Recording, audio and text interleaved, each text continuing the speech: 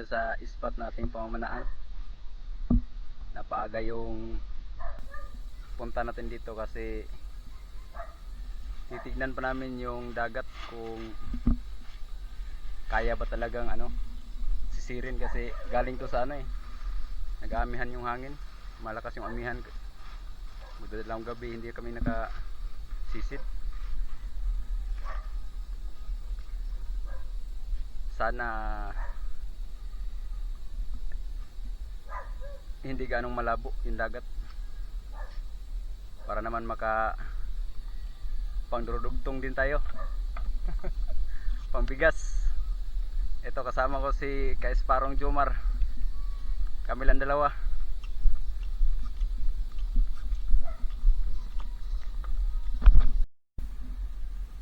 Ayan mga Kaesparo, medyo kalmado yung dagat ngayon. Mas maganda yung tiyempo kaysa kagabi na hindi talaga pwedeng pumunta tayo dito kagabi. Tingnan natin yung dagat, hindi talaga kaya yung niya, sobrang lakas ng hangin.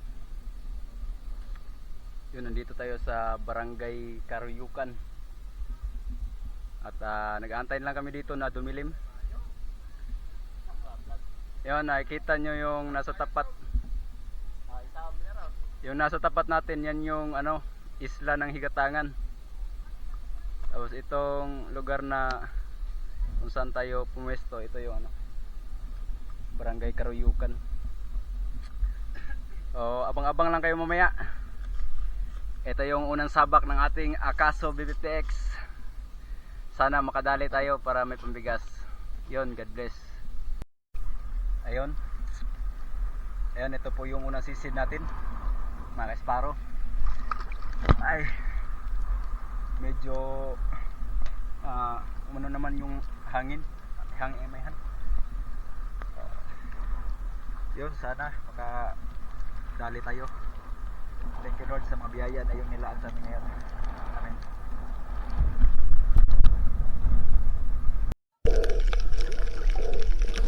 Ayan, dito mga Kaesparo, sa unang sisid natin may nakita tayong isda. Yun, sayang sumuot. Subukan pa natin hanapin yan. Titignan natin dito sa kabila, baka doon siya tumagos. Subukan natin tignan. Sayang rin yun kasi pang ulam na rin yun mga Kaesparo. Wala talaga, sayang.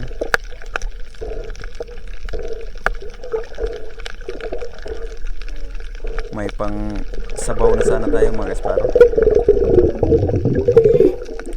Ayan, subukan pa natin tignan.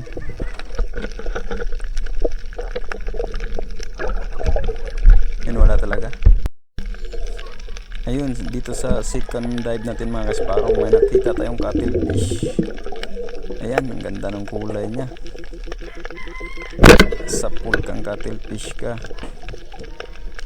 Sigurado ng kwarta ito mga Kaesparo. Ayun, nakabunot. Sayang.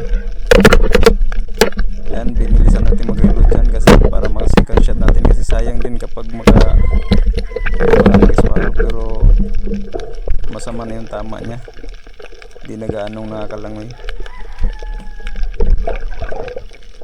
Papanain pa rin natin para ma-sureball yung pambigas.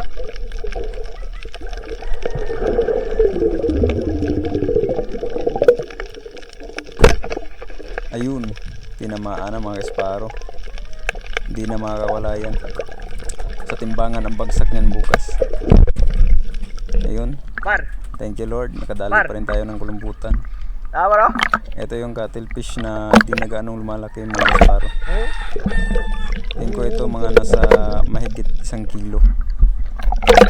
Yun, ito ang unang dali ng ating Akaso B50X. Thank you Lord. At dito nga sa sunod na dive natin mga Kaesparo, may nakita tayong pusit. Ayan, malaki na. Blinker tayo dyan mga Kaesparo para sigurado natin na hindi siya makatakas. Ayan, ang sarap nito sa calamares kaya sa adobo. Kahit sa sabaw mga esparo, ito yung paborito ko. Yun, meron na tayong pusit. Malaki na rin yan mga esparo. At dito mga esparo, may mataan tayo sa ilalim ng malaking bato. Ayun, akala ko likod ng kulambutan. Pawikan pala mga esparo. So hindi natin kukunin yan kasi bawal yan. Ayaw natin na magkasala tayo sa batas. Kaya hanap lang tayo ng iba mga esparo. At dito nga mga esparo, nakita naman tayo ng bigas. Ay, kulambutan. May pambigas na naman tayo. Ganda ng gulay. Ayun, sa pool sa ulo mga esparo. Kaya lang hindi natin nagitik.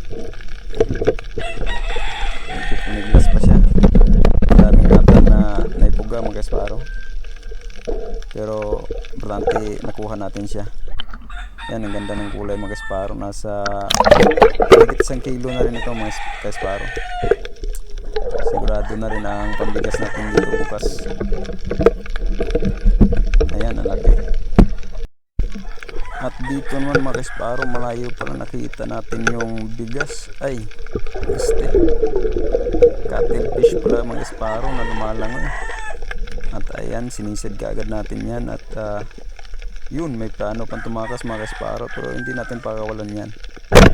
Yun, sa pool kang kulambutan ka.